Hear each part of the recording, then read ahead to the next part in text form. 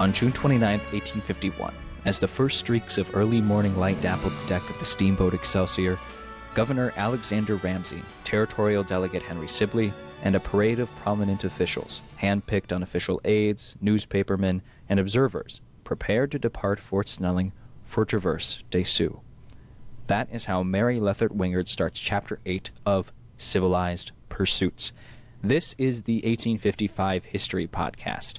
I'm Sam Temple, and with my producing partner Logan Ledman, we are going through Minnesota history, the foundation of this state, and we're doing it through the lens of Mary Lethert Wingard's wonderful history text, North Country. We recommend that you read along with us, but we understand it's a dense text. History isn't for everyone, and sometimes you just don't have the time or the capacity to read, so we hope that this can at least be a good introduction to Minnesota history for you.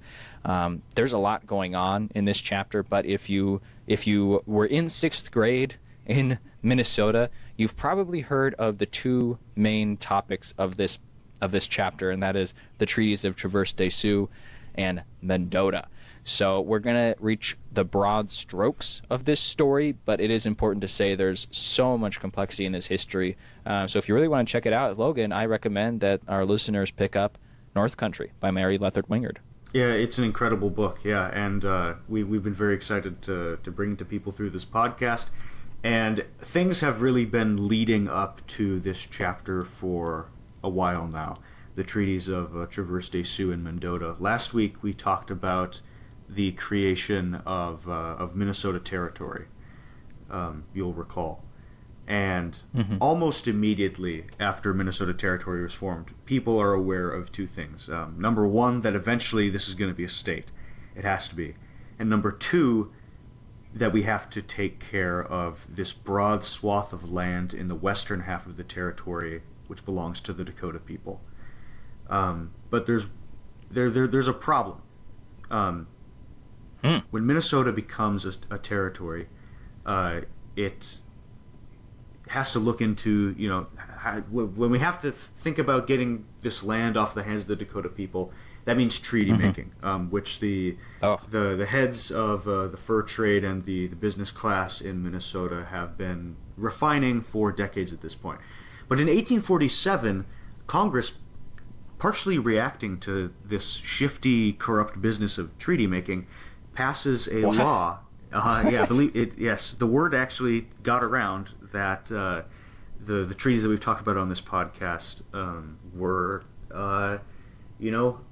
terrible. And Congress passed a law saying that when you make a treaty between the United States of America and a Indian nation, you are not allowed to include within that treaty a provision which says also all of the Indians' money is going to this third party of the fur traders who claim that the Dakota or that any native people owe them debt, and that becomes a big problem for the plans of the Minnesota booster crowd, because men like Henry Sibley, the heads of the fur trade, make it very clear that they will only accept a treaty in which their interests are taken care of. Yeah.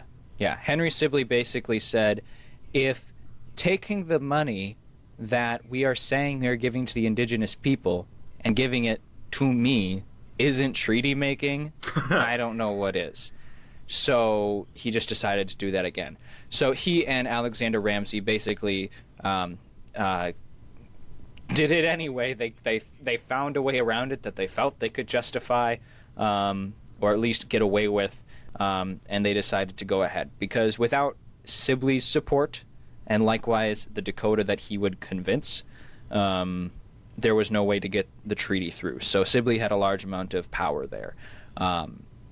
And he will try and defend it as it was in the best interest of the Indians, it was in the best interest of the fur traders, but Sibley himself was one of the chief benefactors of these treaties.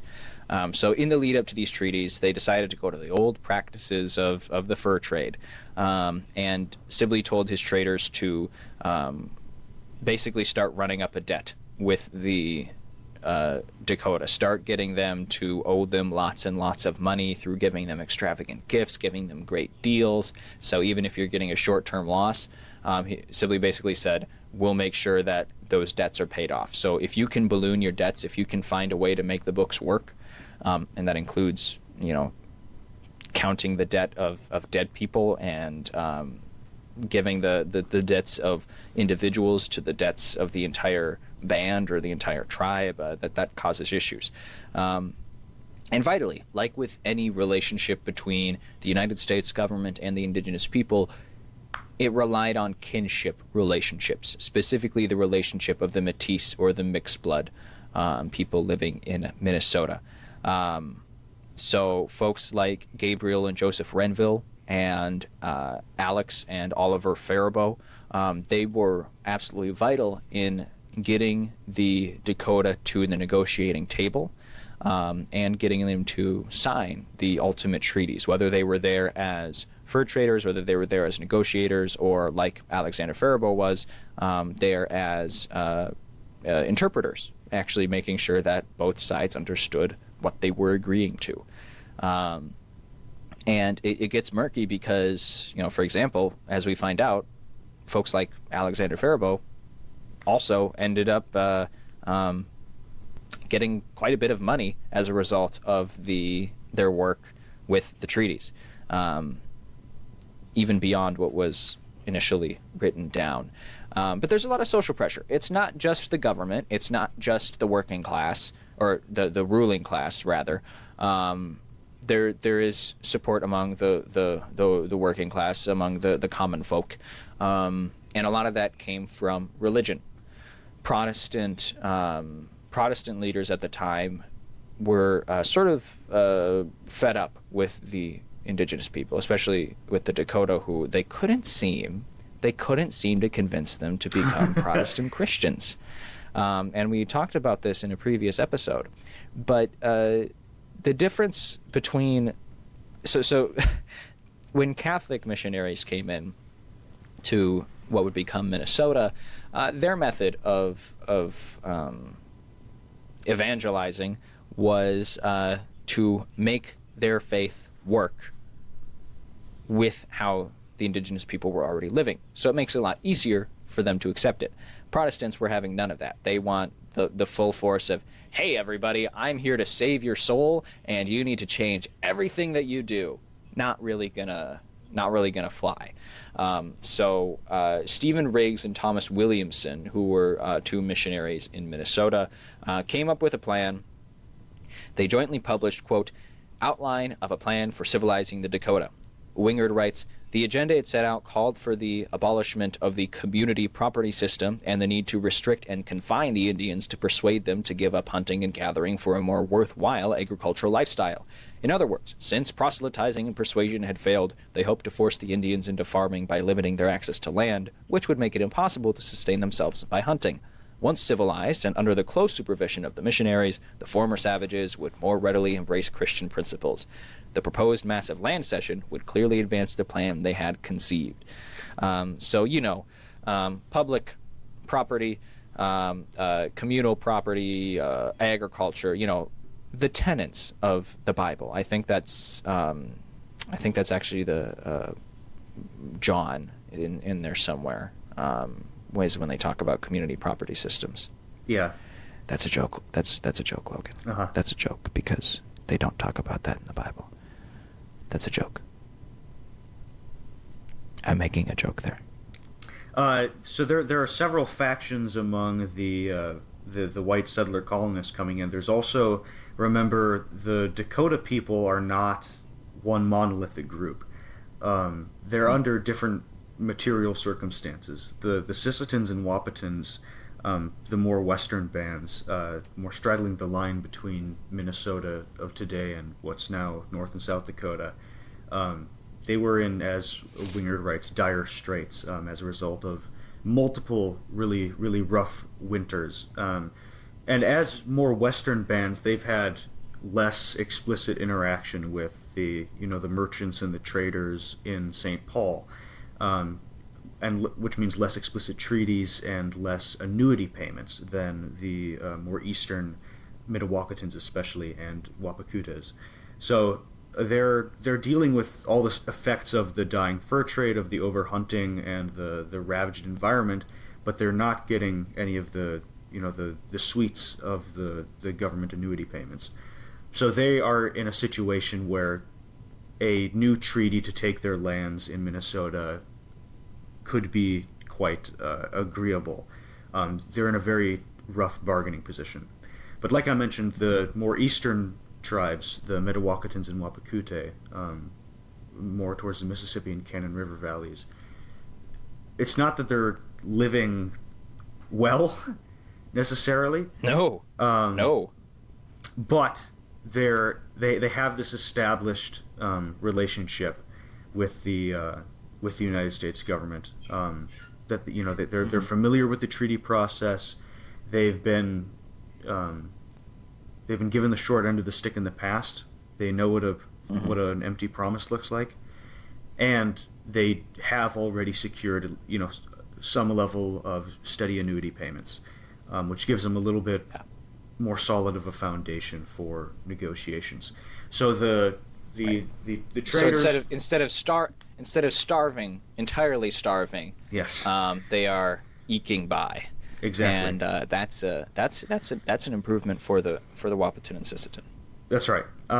So everyone's aware of this division between the upper and lower Dakota people, and the traders recognize that means that the treaty process has to adapt to that situation.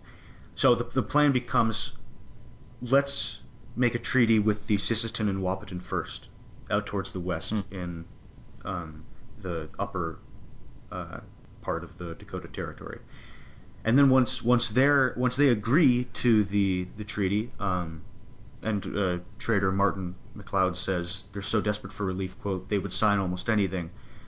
So success is almost certain with them. Once that's accomplished, essentially you have white settlement to the east in St. Paul, settlement to the west. Once the Sisseton and Wahpeton territory has been signed away, now the Mdewakanton and Wapakute are fully encircled by settlement, and they've lost a large amount of negotiating power as a result. They're fully encircled by settlement.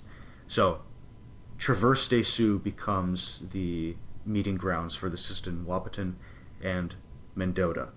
And that's what takes us to the steamship Excelsior. Yes. Arriving on June 9th. That was our opening line from Wingard. And at first the mood is very good. There's a fellow by the name of two names, I guess. He's got a first and last name. James Goodhue is a newspaperman. And we talk a lot about the different groups that have living in Minnesota. We have Scotsmen, we have Irishmen, we have Englishmen, we have New Englandmen. Now we have a newspaperman, which is I think a small island in the Mediterranean. Yeah, over by Cyprus. Yeah. Yes. Yeah. Right across the way from maybe Turkey, maybe over there. Or is it more towards the west? I'm trying to think of another joke place, but I can't think of another occupation that ends with, well, because like firemen, but then that's just fireland, and that sounds too cool. The joke of newspaper land is that it doesn't sound cool. You could say something like BuzzFeed land. Yeah. Well, that's all in the past. That's great. Well, James Goodhue has basically he's got the inside scoop, as it were, and he has, looking back on his newspaper articles, you can really see the breakdown of how things went. At first, it's all very good, and it's like, look at this great bribery that's going on. The Braves are here. They're so noble. They're ready to trade, and it's all so good. And then it gets hot, and then it gets wet. It starts raining, and there are, it's a Minnesota summer, so the humidity's going to be really bad. The mosquitoes are going to be really bad. You're going to be sweaty from sweat. You're going to be sweaty from the atmosphere, and it's just not fun. So James Goodhue starts out super positive and happy like most people, but then as it goes on, there are 3 weeks of rain, heat, and insects, as Wingard writes. And that's just not great. So Ramsey and the Commissioner of Indian Affairs, Luke Lee, really wants to just move this along and get this out. And they lay out this treaty, and they said, all right, here's what it is. We're going to give you $1.5 million for pretty much everything. You get a small tract along the Minnesota River. That's pretty much it. Take it or leave it. Go think about it. So Wingard writes, the Indians spent the night in heated discussion. Though most of those present had desired a treaty, they had not expected to be asked for their entire homeland. Some wanted to reject the treaty. Others, with an educated understanding of land values, wanted to set a price of $6 million. But tribal elders sorrowfully knew they had little negotiating room. So yeah, not a great look. And at one point, it is one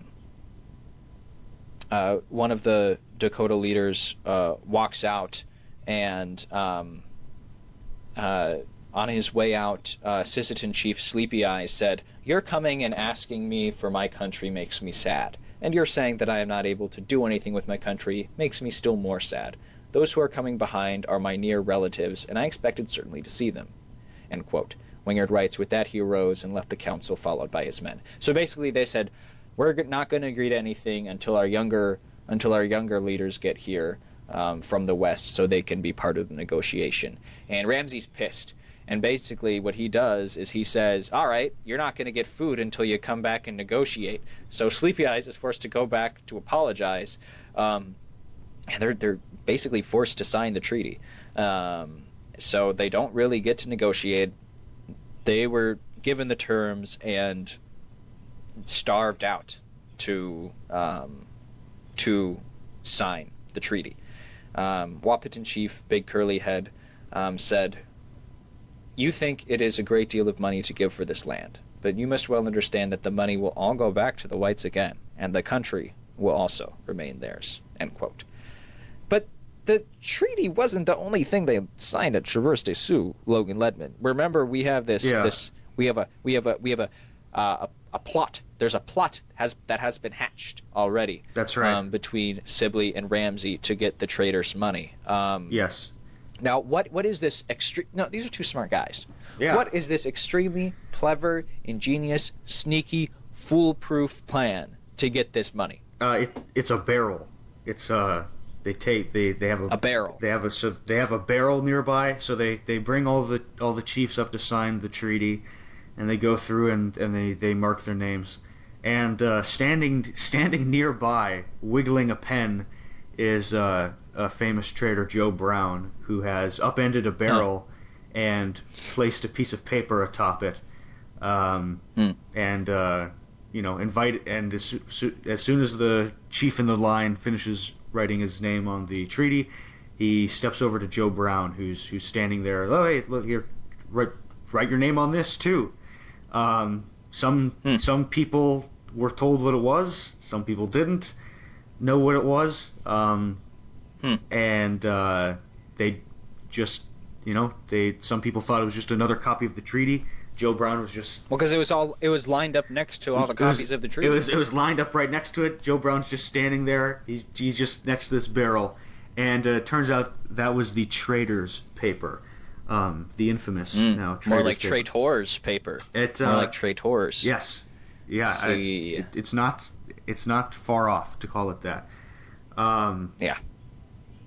Basically what it does, it basically says the money that's going to go to the Dakota instead is going to go to the traders. Yes. And some of the Dakota try and go to Ramsey and say, this isn't right, this isn't what we agreed to, this is not legal.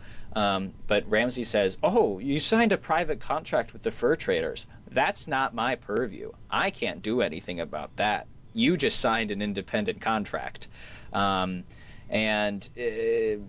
Some people thought they could capitalize. Some white traders thought they could capitalize off of the upset, and some people thought that it genuinely was wrong. A lot of people recognize that what happened with the treaties was wrong.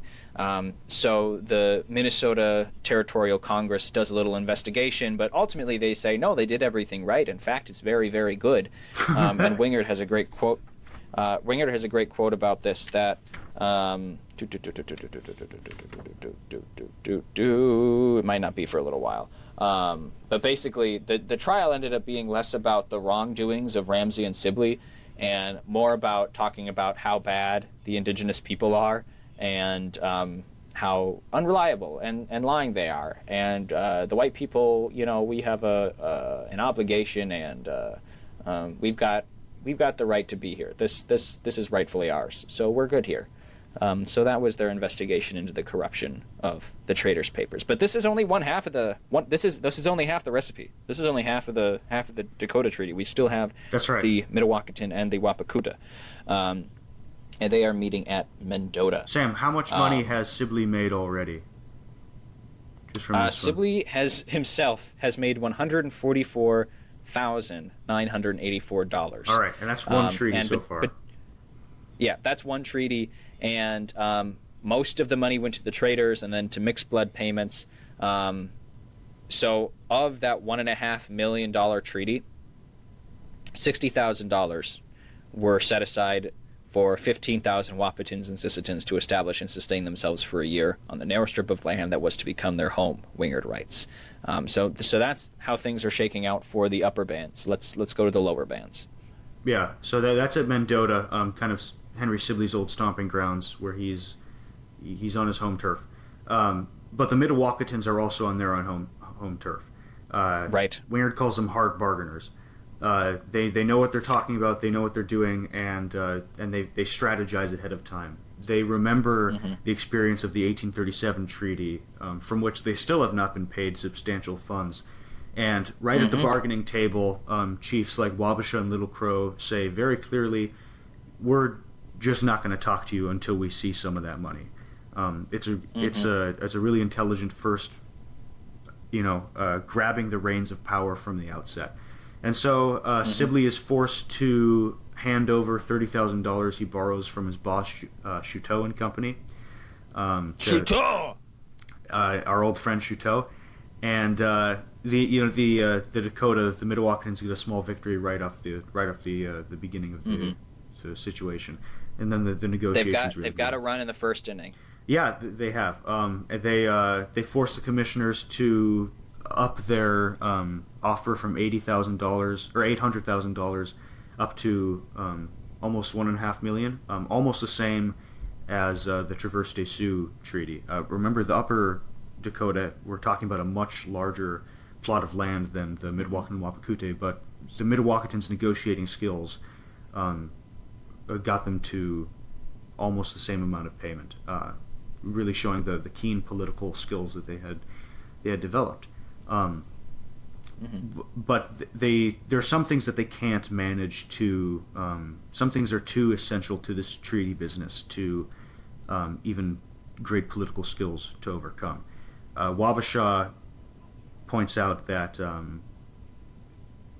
the treaties that have been made before, as he says, the same things were said in those, but we have not been benefited by them, and I want them struck out of this one. He's referring to lots of passages about how the money's going to go towards helping build up farming, helping build schoolhouses, helping fund medicine and pay back half-breeds and all that. And he says, we want nothing but cash turned over to us for our lands.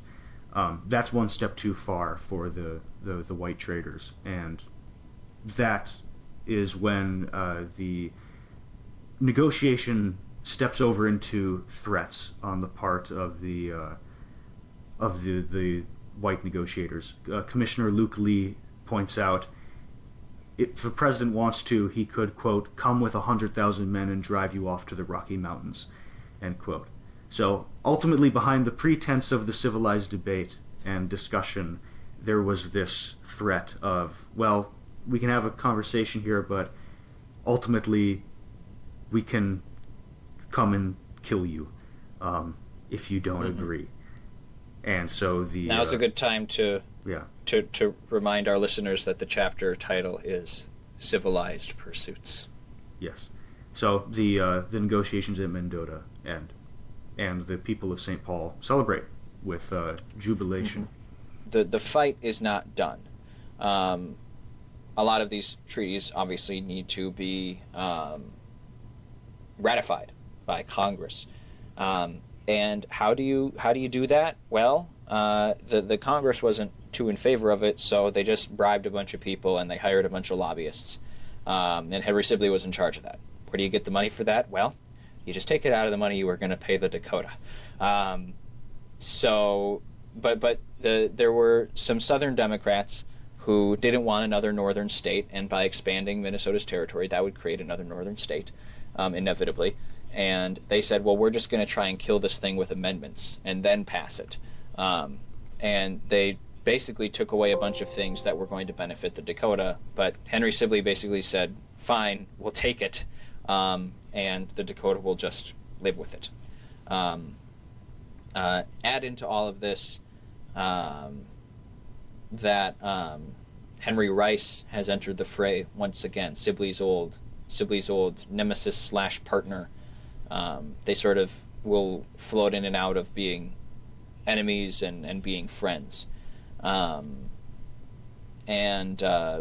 happens is they need to get these treaties ratified with these amendments that the Dakota absolutely despise and they're not going to agree to. Henry Rice steps up to Governor Ramsey and he says, I could get them to sign it for $10,000. So he goes to the Dakota and he comes back and they've signed it. And we have no idea what happened. There is no record of what that meeting was like. We have no idea how he convinced them, what threats inevitably may have been involved, what promises may have been made. We have no idea.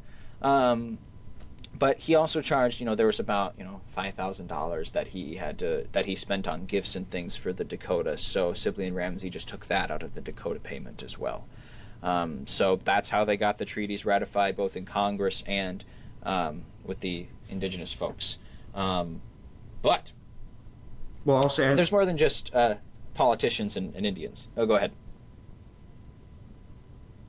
Hello? Hi. Yeah, I was going to say maybe the last step in that the process is deposing chiefs, which I don't remember learning about in school. But there's Alexander Ramsey meets in person with the assistant chief Red Iron, who is absolutely opposed to the Traders' Paper and the situation regarding the treaties amendments. And when Red Iron is not interested in what Ramsey has to say to defend himself, and gets intimidated by Red Iron's show of bravery in his rallying of support among his men, Ramsey just calls in troops from Fort Snelling to come and arrest Red Iron, and he does the same with several chiefs who oppose the treaties on the Dakota side. Gets their names in on the documents and sends it off to the Congress. For those interested in knowing more about kind of what Alexander Faribault was doing more about this, just this brief quote from Wingard. She writes, the Midewakanton and Wapakutas each had been assigned $90,000 in hand money to clear their debts, cover relocation costs, and provide gifts to their mixed blood relations. The Wapakutas turned over the entire amount to their trader, Alexander Faribault, a kinsman who had continued to honor the customs of generosity and reciprocity. So that's what the Wapakutas did with their money, and that is $90,000 to Alexander Faribault. But Red Iron was not so ready. He wanted to look at the books. He wanted to go through piece by piece. And basically, they said, okay, you want us to trade like white men? I know that white men, will check the record to see what they owe and not just blindly trust the lump sum that the traders have put together. And ultimately, that is a lost battle because apparently, I didn't know this, Logan, it is within the territorial governor's rights to just assign a new indigenous chief, the tribe that they're bargaining with, which is exactly what he does. But like I was saying, there are more than Indians and politicians in Minnesota Territory at this point. Last week we said that St. Paul was a boom town, and that boom is still happening. So it's less of a boom and more of a I don't know. What's a prolonged boom? A laser blast? It's a laser blast of settlement taking place in Minnesota Territory. You heard it here first.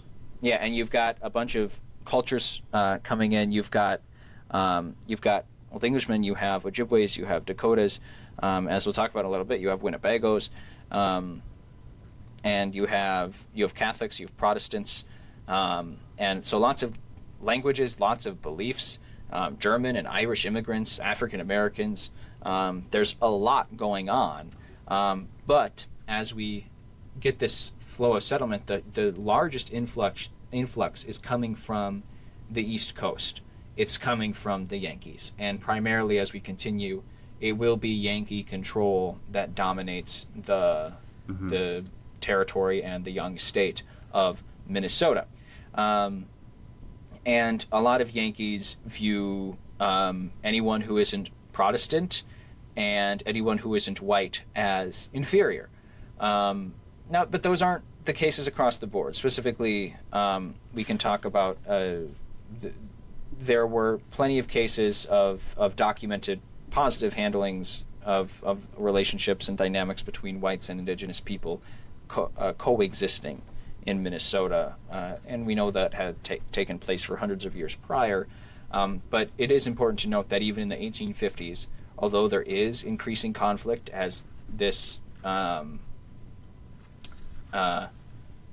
preconceived notion of superiority is dominant in Minnesota, there are still people who are able to coexist, are able to have those positive relationships. So that's just important to note. But it's this laser blast. Wingard still calls it a boom, but I'm going to just change this quote slightly. She writes, "The laser blast grew more manic with each succeeding month," and that's more exciting than a boom. In 1853, 235 steamboats docked at the St. Paul levee, and more than 50 businesses advertised their wares in the town's 3 newspapers. 2 years later, in 1855, the territory's population had grown to more than 53,000, nearly 5,000 in St. Paul alone. That's a lot of people. That is a lot of people. That's a lot of Yankees coming in. So it's not just people looking for new opportunity when they didn't have any. It's not just immigrants and refugees. It's also people who think, oh, this is a really easy place to get elected. This is a really easy place to get a job. This is a really easy place to make profit. And for some, it was. But people are going land crazy. Absolutely nuts. That's right. And Logan, we've got the Twin Cities, but so far I've only hearing a lot about St. Paul. Where's our other twin? Yeah, so Minneapolis is it's in its little baby stages here, but it is a mini-apolis, if you will. It sort of is, yeah. It is a miniature-apolis, if you will. I would love to do that. Oh. Yeah. Great. So St. Anthony, we've talked about before. It's over by Fort Snelling. It was intended at one point to be what St. Paul eventually became, essentially. But as we talked about the crazy maneuverings of the military and the government on an earlier episode, meant that St. Paul became the capital city of Minnesota. But the new land hunger after the signing of the treaties of Traverse des Sioux and Mendota made it possible for that reserve to be open for public sale, and squatters stake out claims all over the place, and they sell for about $1.25 an acre, including, when you're right, the priceless sites at St. Anthony's Falls, which will eventually become part of Minneapolis. Capitalists and land squatters come in and jump in it all, and seemingly overnight, as Wingard writes, the town of Minneapolis mushroomed on the river's banks, began spewing lumber, and laid the foundation for industrial growth that within decades would overshadow even St. Paul. So this land hunger is so powerful that, this unleashed ability, now that the treaties have been signed and ratified for white Americans to come in and jump on the land, is so powerful that it creates Minneapolis almost right away. And then there's just the small matter of the Ojibways up north to deal with. Right. And vitally, what you mentioned there was lumber. Spewing lumber is how Minneapolis grew. Spewing lumber is how lots of people make money. You know where there's a lot of lumber? Mm-hmm. There's a lot of lumber up north. And the Ojibways know this. The white people know this. But it's not quite the same scenario as the Dakota. I quote Wingard, "The Ojibways were in a stronger negotiating position than the Dakotas had been. The fur trade, though diminished, still provided a source of income for the northern bands. More important, white settlers were gravitating primarily to the river valleys and the rich prairie soils south of St. Paul, putting much less pressure on Indian hunting grounds to the north. The Ojibways traditionally relied on diverse sources of sustenance. In addition to deer and fur-bearing animals that they hunted and trapped for both meat and for trade, their diet included fish, small game, berries, maple sugar, garden produce, and especially wild rice, which was a nutritional staple. The continued availability of this diverse resource base tended to cushion them from the worst extremes of scarcity that repeatedly weakened the eastern Dakotas, who faced competition from whites as well as diminishing resources from 1840s to 1850s. And that is vital. What she mentions there is the wild rice, because that is where some of the conflict comes in, specifically along, I believe it is the Rum River, where there is a sawmill, there's a lumber mill that basically ruins one Ojibwe band's crop of wild rice. And they're in this weird limbo stage, remember, because they're allowed to stay on the land. The treaties that they signed just said, the land belongs to you, you can mill it, you can extract it for resources, we just need some money for the stuff that you're extracting. But the President of the United States has the authority to kick us off at any time, but they promise that they won't do that unless we do something bad, and they haven't done anything bad. But the president still says that they need to leave. So Governor Ramsey in 1850 tries this really underhanded way of getting them to move. They try to have a treaty at La Pointe, but it's not super. That doesn't go well, simply because they are in a better negotiating position than the Dakota. And remember, this is prior to Traverse de Sioux and Mendota. Basically, what Ramsey says is, okay, your annuity payments are coming, but it's not going to be where you are right now, kind of in the Lake Superior area. It's going to be at Sandy Lake. And not just the leaders of the Ojibwe, but all Ojibwe who want annuity payments. This includes families, includes children, everybody. You need to travel here, at the end of fall. It's a very long journey, and we'll give you the annuity payments. Well, the annuity payments were late, and winter set in. And what happened was a lot of people died. Wingard writes, the 1850 removal effort was a catastrophic failure that caused more than 400 Ojibwe deaths. Governor Ramsey in Minnesota, for just a year at this point, bore the brunt of the responsibility. Through a combination of hubris and inexperience, he had blundered badly, seduced by the cupidity of St. Paul merchants and traders, with catastrophic consequences. The leader of the Pillager band, Chief Flatmouth, demanded that a letter be transcribed to the governor. Tell him, I blame him for the children we have lost, for the sickness we have suffered, and for the hunger we have endured. The fault rests on his shoulders. You call us your children, but I do not think we are your children. If we were, we should be white. You are not our father, and I think you call us your children only in mockery. The earth is our father, and I will never call you so. We did not sell the ground to our great father. We gave it to him, in order that he might follow our example and be liberal to us. So they knew that if they were going to get the Ojibwe to sign over additional land, they would have to find another method. That's where Henry Rice makes another one of his famous jumps back into the narrative. And he recognizes essentially the strategy of divide and conquer. Let me guess. Oh, okay. I spoiled it for you. He has an opportunity to make money here, doesn't he? Yes, and there certainly was that as well. Yeah. So he wants to. So he brings his selected delegation of chiefs up to not somewhere in Minnesota, but all the way out to Washington, the nation's capital, with the intent of course, intimidating and making it very clear by bringing them to the splendiferous national capital. So let me understand this correctly. Henry Rice is going to be negotiating on behalf of the United States with the Ojibwe. That's right.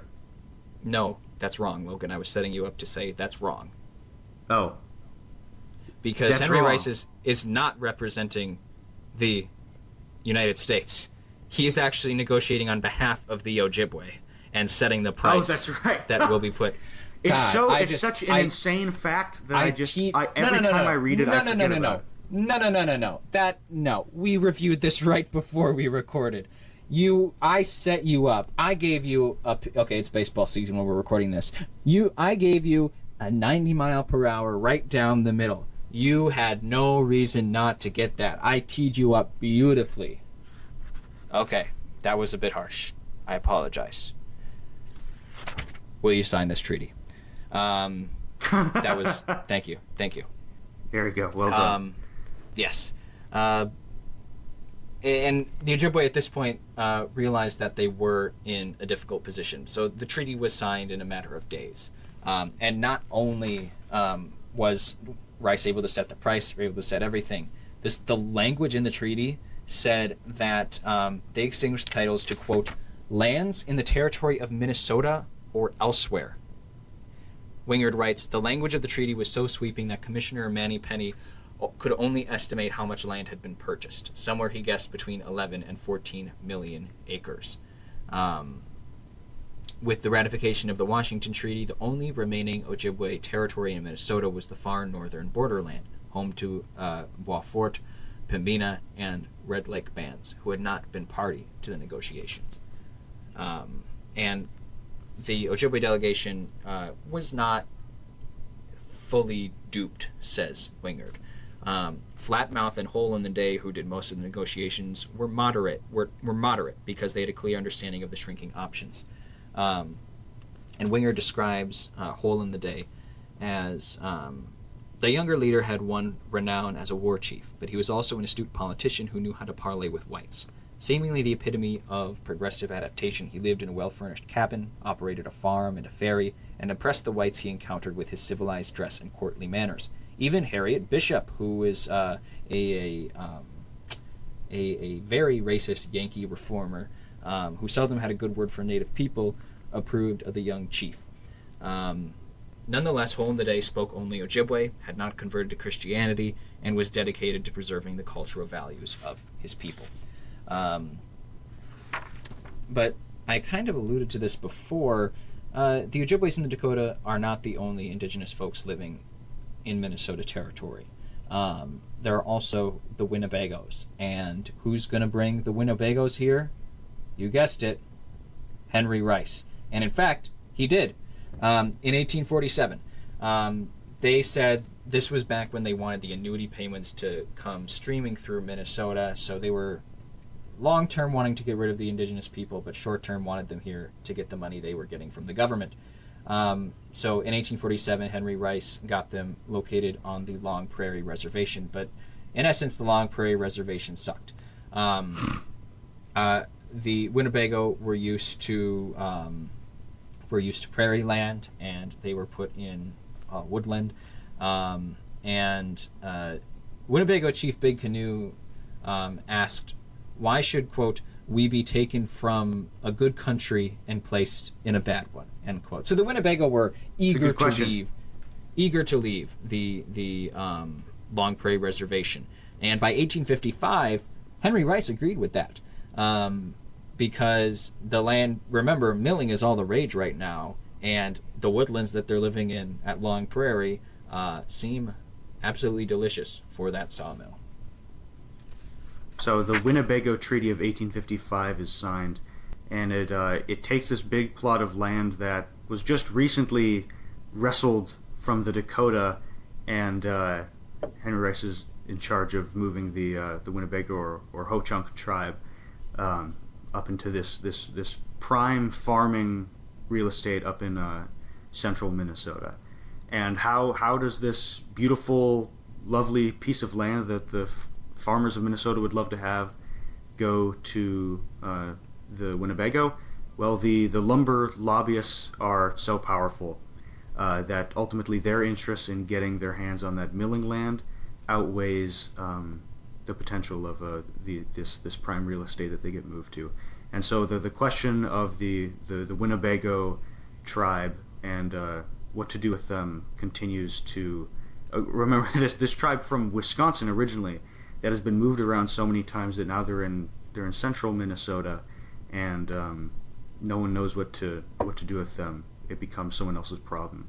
And the picture of Minnesota as it gets ready for statehood is now completed, with the Ojibwe still on some level of bargaining strength, but set up in their reservations. The Dakota land overwhelmingly taken, and the Dakota removed to a small strip of land on the Minnesota River, and the Winnebago or Ho-Chunks in the middle. Right. Of it all. So for all of the rhetoric that we heard from Ramsey, for all the rhetoric we heard from Sibley, and even from Henry Rice, about this being a land for Americans coming from the East or immigrating from other nations, for all the rhetoric about manifest destiny, about the supremacy of Anglos and how they have a rightful claim to this land, all of that goes to the wayside. This romantic idea of farmers coming in and taming the fertile soil and turning it into farmland, all of that goes by the wayside when profits swing the other way. And the endless pursuit of profits from folks like Henry Rice, from Henry Sibley, from Alexander Ramsey, that catches up with them in some ways. And we will explore some of that in the next chapter.